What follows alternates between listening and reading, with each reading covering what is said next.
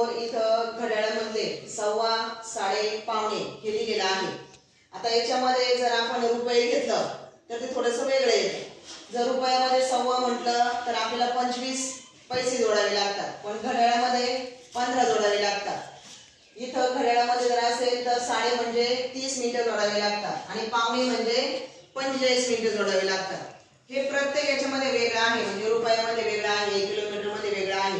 म्हणून याचा आपण स्वतंत्र असं एक असं सराव घेणार आहोत. तर आता सर्वात अगोदर आपण पाव म्हणजे सव्वा याचं घेऊया. पाव तास 15 मिनिटे. सव्वा एक तास 1 तास 15 मिनिटे. सव्वा दोन 1 तास 15 मिनिटे. सव्वा तीन 3 तास 15 मिनिटे. सव्वा चार 4 तास 15 मिनिटे. सव्वा अकरा 11 तास 15 मिनिटे.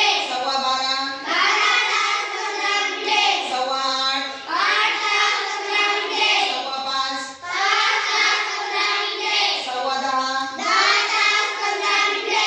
आता साडे, दीड 1 तास 30 मिनिटे. अडीच 2 तास 30 मिनिटे. साडेतीन 3 तास 30 मिनिटे. साडेचार 4 तास 30 मिनिटे. साडेपाच 5 तास 30 मिनिटे. साडेसात 6 तास 30 मिनिटे. साडेआठ 8 तास 30 मिनिटे. साडेदहा 10 तास 30 मिनिटे. साडेअकरा 11 तास 30 मिनिटे. साडेबारा 12 तास 30 मिनिटे. आता पावणे घेऊया. पाऊण तास 45 मिनिटे. पावणे एक 12 तास 45 मिनिटे. पावणे दोन 1 तास 45 मिनिटे. पावणे तीन 2 तास 45 मिनिटे. पावणे आठ 7 तास 45 मिनिटे.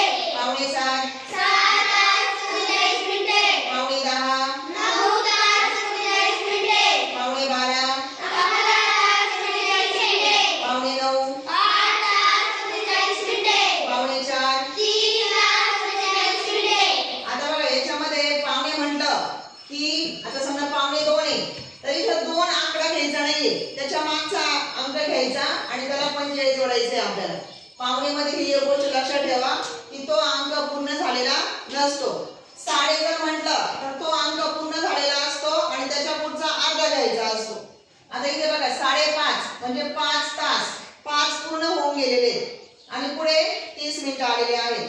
आणि सव्वा मध्ये सुद्धा तो अंक पूर्ण झालेला असतो आणि त्याच्या पुढे थोडासा भाग घेतलेला असतो.